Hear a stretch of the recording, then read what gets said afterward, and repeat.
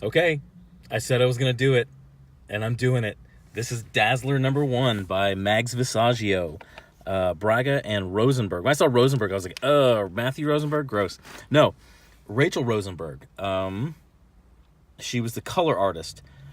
I want to say this artist, Laura Braga, I don't think I've seen any work from her before. I really like the art in this. I really like the figures. She's really good at drawing women. Her men are just kind of generic, but as far as women, they're visually interesting. They're shaped like women. I would like to see more work from Laura Braga in Marvel Comics, and Lord knows that we need it.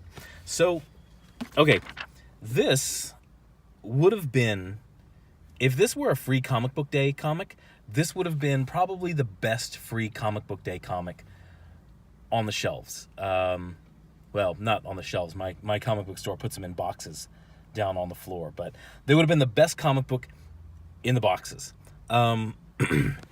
This was not worthy of $3.99. This is a sort of, it's almost like an ABC after school special about racism and bigotry. It's very strawman. It's very kind of bland and flat. Really nothing. There's nothing interesting in this story. Oh, there is. There's actually one interesting thing, and there's only like 2 panels of it, and then they never talk about it again. So the most interesting part of this comic, they basically just glance over. So here we go.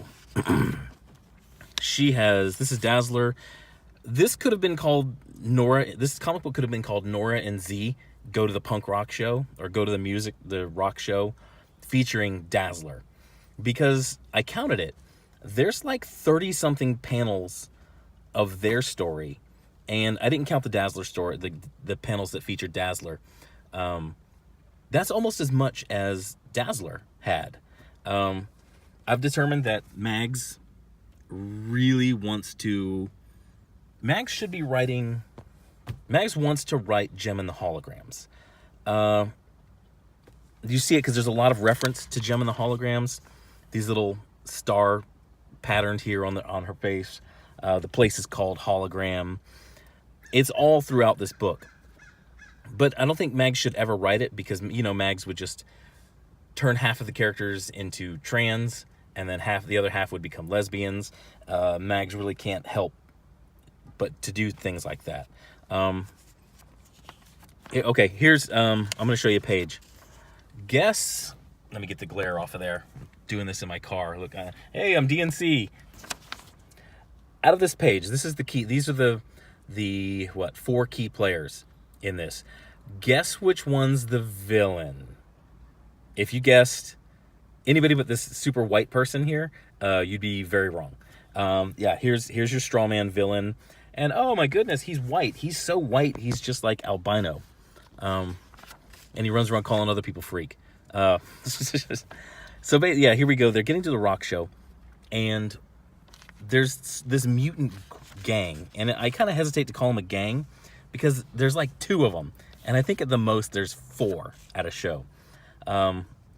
They're pretty pissed off at Inhumans, and I can see why, because we just came through AVX, where basically Terrigen Mist was killing people. This is actually really good art. I kind of like this. This is implied motion. I don't know why her shirt changes colors in there. I noticed that, and there was another scene that I noticed. Here it is. It's a little bit of continuity. Scarf. No scarf. I don't know. It might be obscured. Scarf. No scarf.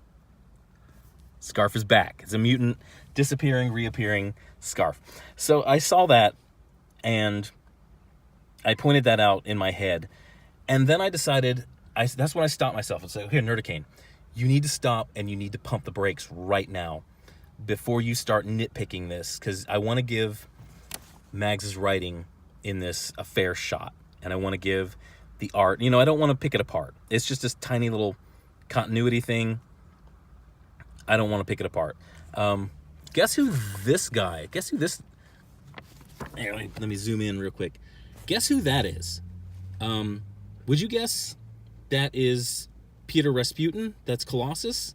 No, nobody would have, because look how skinny he is. Look how tiny he is. I mean, oh, I think Colossus in the Marvel continuity is like 6'8", something like that. He's big. Colossus is a Colossus. That's why he got the name, because he is really, when he activates his powers, he doesn't get bigger. He just gets coated in metal. He's a big, big dude already. So yeah, that's another thing. Whoever, the artist needs to go get a little more reference and know how big Colossus is. At no point would I say this is Colossus, other than it's written with some little typos, or what do you call that? It just something lost in translation from him trying to speak English. But yeah, look at this. Okay, it's 3 panels. The most interesting... Sorry, I got a phone call. I had to do an edit. Okay, the most interesting thing in this entire comic is Mjolnir is in her trunk. Doesn't explain it. Doesn't talk about it any further. I don't know if this was mentioned in any other comics or from another series. And that's it. That's all that you touch on that part of the story. You just walk away from it. So here we have these 3 guys coming out of a show. Nobody else is waiting there. Nobody else is in the area. And they want to attack those Inhumans. And it's just like, this is like strawman racism. You could have made these sort of like the FSU gang from the middle 90s, late 90s. But you didn't. You didn't make it interesting like that. It was a very interesting gang back then. This was kind of like when I was a teenager. The FSU gang, they were like this gang. They were like a non-racist gang.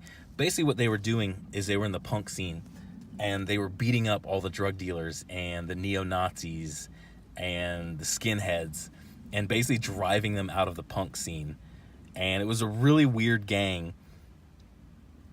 And then they tried to extort money from some singer, and then FBI got involved and pretty much broke it up. And you could have done sort of like that, but instead you just make these guys like 3 random straw men type of racist bigots that really doesn't work, you know?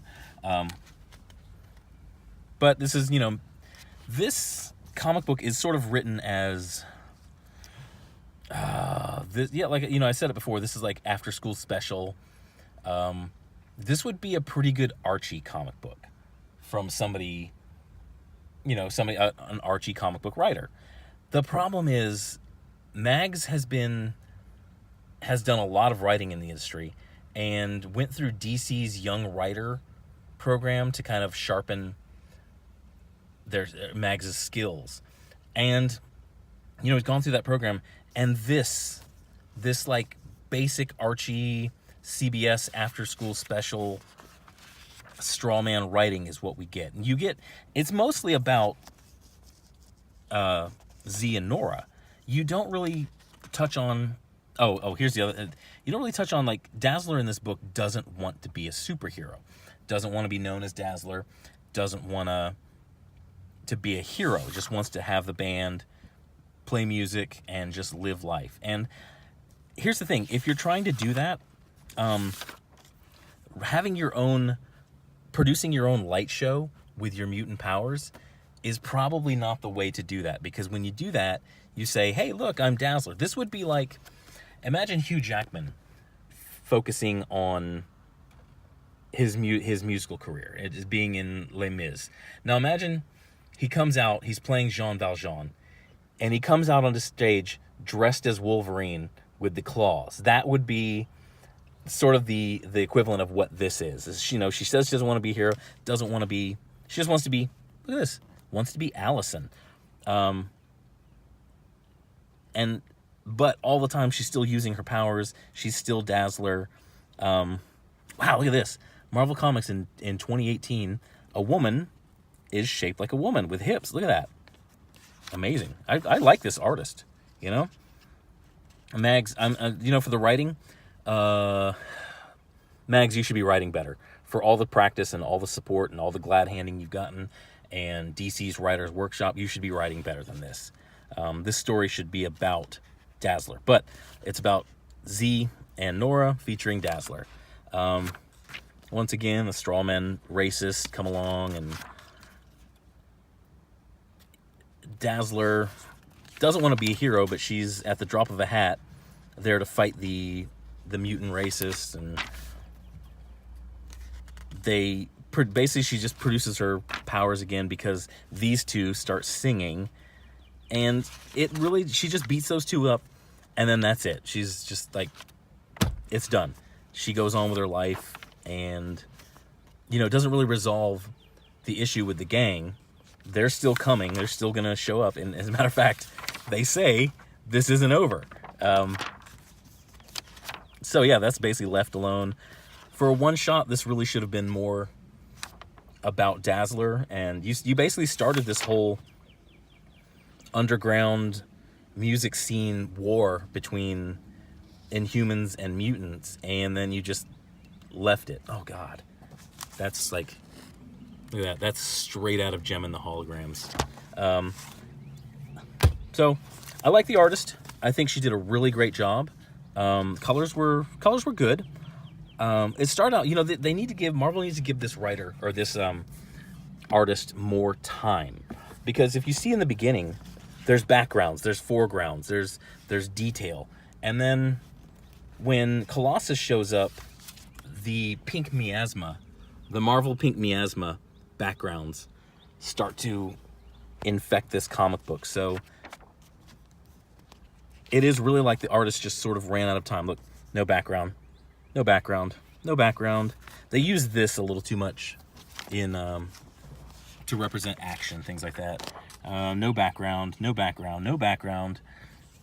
Yeah, it's just Marvel not giving their artists enough time. Or maybe, I don't want to absolve the artist completely. Maybe the artist ran out of time, needs to manage their time better. I don't know what happened, but as far as the figures, I really liked it. So that's it. Yeah, this is, I can't say buy it. It wasn't terrible. It wasn't Kim and Kim. It wasn't Eternity Girl, but it also wasn't a $3.99 comic. This, like I said, this would have been the best free comic on Free Comic Book Day. But instead, Marvel's trying to get you to pay $3.99 for it. This will probably, I'm going to say it right now, this is going to be Mags's best-selling comic book ever. Because I think a lot of people, it's Marvel, it's a big company, it's a character people like, and most people are just going to buy it to roast it. But, yeah, it's not good. It's okay. The art is good. Colors are good. The story is very pedestrian. The story is like, if this were like someone's first time writing, or an indie book, or a free book that you get in a cereal box, this would have been good. But for Marvel Comics, for Dazzler, for somebody who's been through all these writing, the DC Writers Program, this isn't the level that you should be writing at. But yeah, that's all I got for that. Don't buy it. Well, this is a good comic for probably young girls who aren't into comics. So that's where this is going to end up. This is going to end up in the free little library in my neighborhood. It was okay. It wasn't bad. Wasn't great. But buy it if you want to read it. But it was okay. Thanks for watching. I'm Nerdicane. You can hit me here or on Twitter. And have a good day.